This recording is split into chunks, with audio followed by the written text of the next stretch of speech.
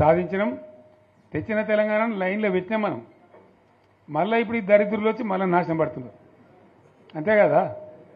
మళ్ళీ దీన్ని కాపాడాలంటే ఎవడు కాపాడు, మళ్ళీ మన నుంచే కావాలి, మళ్ళీ ఇది లైన్లోకి రావాలి, అందరూ మంచిగా ఉండాలి. ఎందుకంటే మనకు మన పార్టీకి కులం లేదు, మతం లేదు, జాతి లేదు. తెలంగాణలో ఉన్న ప్రతి బిడ్డ మనోడే, వాళ్ళు ఏ మతం ఉన్నారు, ఏ కులం ఉన్నారు మనకు అవసరం లేదు. ఈ తెలంగాణ బార్డర్ గీత లోపలిన బిడ్డలు అందరు మనోళ్ళే, అందరూ బాగుపడాల్సిందే, ప్రతి ఒక్కరికి న్యాయం జరగాల్సిందే. ఆ న్యాయం జరిగి ఆ ఫలితాలు తెలంగాణకు వచ్చేదాకా ఇంకెవ్వడు కొట్టాడు, ఎవరితో కాదు, అది అబద్ధాల పంచాంగం. మళ్ళా మనమే కొట్టాడాల, అంతేనా? పక్క మాటేనా ఇది? కొట్టాడదాం కదా. ప్రాణం పోయినా సరే తెలంగాణకు రక్షకులు మనమే, తెగించి కొట్టాడాల్సిందే, తెలంగాణ హక్కులను కొట్టాడాల్సిందే, మనమే కొట్లాడి తీరాల్సిందే, అలా రెండవ మాట లేదు. కాబట్టి దయచేసి అవసరమైన సందర్భంలో మీ జిల్లా నాయకులు పిలిపిస్తారు, రాష్ట్రం నుంచి నేను కూడా పిలిపిస్తాను. మీరు సిద్ధపడి ప్రత్యక్ష ప్రజా పోరాటాలు లేవదీసైనా సరే మన ప్రాజెక్టులు సాధించుకోవాలి, మన నీళ్లు సాధించుకోవాలి, మన ప్రజలకు అన్యాయం జరుగుతుంటే ఎదురు తిరగాలి, కొట్లాడాలి. తప్పకుండా ప్రజలకు న్యాయం చేసేదాకా మనం ముందుకు పోతూనే ఉండాలి. తెలంగాణ కోసమే బయలుదేరిన జెండా గులాబీ జెండా, తెలంగాణను సాధించింది గులాబీ జెండా, తెలంగాణను మంచిగా చేసి లైన్లో పెట్టింది గులాబీ జెండా, భారతదేశంలో నంబర్ 1 అనేక విషయాలలో చేసి సాధించి చూపెట్టింది గులాబీ జెండా. జర్రంత మోసం జరిగింది, ఆ జర్రంత మోసానికి ఇవాళ ఓడోడిగా ఉనుక మీద రోకలనే దుంకులాడుతుండు, అంతే కదా. ఎందుకు వానికి దాని కూడా ఏమేమో మాట్లాడుతుండు. సరే, నేను గంభీరంగా మౌనంగా చూస్తున్నా. నేను కొడితే వట్టి కొట్టు నాకు అలవాట్లేదు కదా. నేను వెళ్ళినా అంటే మళ్ళీ భూకంపం పుట్టాలి. ఇక చూద్దాం ఎక్కడి దాకా చేస్తారో, వీళ్ళ కథ ఏందో చూద్దాము. మనోళ్ళందరూ కూడా ప్రతిపాదిస్తుంది ఏంటంటే, ఒక సంవత్సరం జరిగిపోయింది, సంగమేశ్వర ఆన్నే పన్నది, బసవేశ్వర ఆన్నే పన్నది, పాలమూరు ఎత్తిపోతల పథకం ఆన్నే పన్నది, కాళేశ్వరం అట్లా ఎండబెడుతున్నారు, ఇవన్నీ అన్యాయాలున్నాయి. కాబట్టి ఫిబ్రవరి నెలాఖరులో ఒక పెద్ద బహిరంగ సభ పెట్టాలి, వీళ్ళ కథ చూడాలి అనేది జరుగుతూ ఉంది. కాబట్టి మీరు కూడా పెద్ద ఎత్తున దయచేసి ఆ సభకు కదిలి రావాలి, అంత దూరమే ఉండదు. తెలంగాణ శక్తి ఏందో మరొకసారి చూపించి వీళ్ళ మెడలు వంచి ఇప్పుడు సాధించాలి. భవిష్యత్తు కోసం కూడా కొట్టాడకు మనం సిద్ధంగా ఉండాలి. ₹1 కోటి భూమి ఇప్పుడు 50 లక్షల కాడికి లేడు.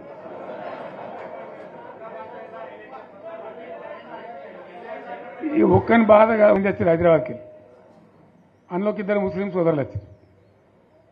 साहब सोप तबाह हो गया, इफलासी मुफ्त क्या तब होगा, तुम्हारे क्या हो, तुम हैदराबाद में तुम लोग हैं, मेरा कारोबार है साहब, मेरा छोटा मोटा कारोबार है, होटल भी है, 70% गिर गया अब. हर कोई पूछ रहे, हर कोई केसीआर को याद कर रहा है साहब अंటారు. వాళ్ళు మాట్లాడుతున్నారు. ఎక్కడ ప్రతి ఒక్కరు భూముల ధరలు పోయినాయి, మన్ను పోయినాయి, మసానం అన్ని పోయినాయి. ఎంత మంచిగా 4 ఎకరాల రైతు నేను 4 కోట్ల ఆసామని అనుకుంటుండే, అంత ధీమా ఉండే, ఎంత బాగుండే. హైదరాబాద్ నుంచి అడిగితే కూడా వచ్చి మనం ఇవ్వకపోదాం భూములు, డిమాండ్ పెరగానని. అంత బ్రహ్మాండంగా మారుమూల ప్రాంతంలో కూడా 40 లక్షలు 50 లక్షలు ఎకరానికి ఉండే. అటువంటిది సగానికి సగం పడిపోయి మొత్తం నాశనం చేశారు. వీళ్ళని ఇట్లే వదిలిపెడితే ఇంకింత నాశనం అవుతుంది. కాబట్టి మనం కొట్లాడాల్సిందే. నేను ఇంకొక మాట మీకు చెప్తా. ఎలక్షన్లలో నేను మస్తుగా చూసిన 50 ఏళ్లలో పార్టీలు గెలితాయి, ఓడతాయి. ఇంత మాయలు మీ ఏడాది లోపలనే కాంగ్రెస్ పార్టీ దొరికితే కొడతాం రానంత కోపంలో, ఒక్కటే ఏడాది లోపు. ఇంకా వాళ్ళ బొంద తెలివికి నిన్న వాని పార్టీ వాడే మంది పెట్టాలి, అదేందో పోలింగ్ పెట్టిన వాడు చూసిరా మీరు. ఆ పోలింగ్ పెడితే 70% మనకు వచ్చింది, 30% మనకి వచ్చింది. వాడు పెట్టింది మనం పెట్టింది కాదు. 75 ఇది పరిస్థితి. అదే నేను ఏమంటున్నా అంటే, ఫామ్ హౌస్ అంటే ఇక్కడ ఏముంటుంది, వారి ఉంటుంది, మక్కు ఉంటుంది, అల్లం ఉంటుంది.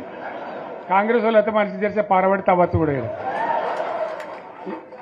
లంగత. దీన్ని ఫామ్ హౌస్ అని మనం బదనాం చేసి, అంతే కదా.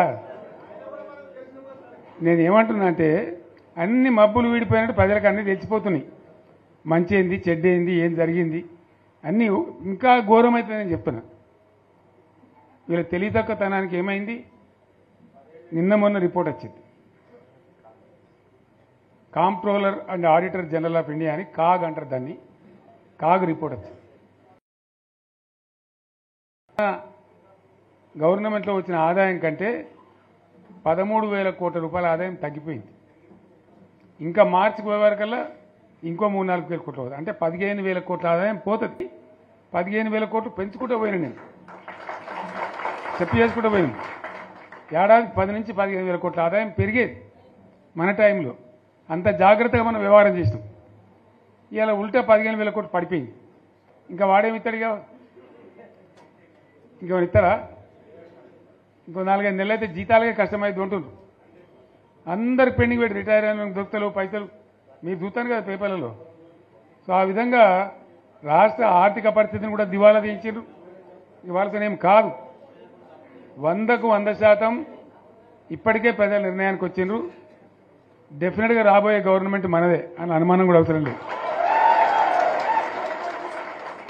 ఏమాత్రం అనుమానం అవసరం లేదు. ఆ విధంగా పరిస్థితి ఇప్పటికే తయారై ఉంది. కాబట్టి దయచేసి నేను మీ అందరినీ కోరేది, మీకు మంచి ఎమ్మెల్యే ఉన్నాడు మాణిక్రావు గారు. ఆయన నాయకత్వంలో మంచిగా పనిచేసి మంచిగా ముందుకు పోయి చాలా చక్కగా మంచి ఫలితాలు భవిష్యత్తులో సాధించాలి. పరమేశ్వర్ పాటిల్ గారికి, వారి వెంట వచ్చిన మిత్రులకు నేను ప్రత్యేకంగా ధన్యవాదాలు తెలుపుతా ఉన్నా. ఇటువంటి కార్యకర్తలు, ఇటువంటి నాయకులే పార్టీకి పట్టుబొమ్మలు, తెలంగాణ జాతి రత్నాలు. తెలంగాణకు ప్రమాదం వచ్చిందన్నప్పుడల్లా ఇటువంటి బిడ్డలే అక్కడో లేచి నిలబడి మళ్ళా మా తెలంగాణని ఆ సోయి చూపెడతా ఉన్నారు. మీరు నడిచిన 140 కిలోమీటర్ల పాదయాత్ర వృధా పోదు. ప్రజలందరూ మిమ్మల్ని చూసిండ్రు. దాంగా తోపంట కూడా మీతో ఎంతోమంది మాట్లాడిండ్రు, అడిగిండ్రు మిమ్మల్ని ఎందుకు పాదయాత్ర ఎత్తున్నది. మీరు కూడా అందరికి చెప్పిండ్రు. అంతే కదా, మీకు కూడా అర్థమైంది ప్రజలు ఎంత వ్యతిరేకం ఉన్నదనేది. సో ఆ రకంగా మీ పాదయాత్ర వృధా పోదు, మీ కష్టం వృధా పోదు. తప్పకుండా రాబోయే రోజుల్లో విజయం మనదే. అయితే మన విజయం మన కోసం కాదు, అది తెలంగాణ విజయం కావాలి, తెలంగాణ ప్రజల విజయం కావాలి, తెలంగాణ రైతుల విజయం కావాలి.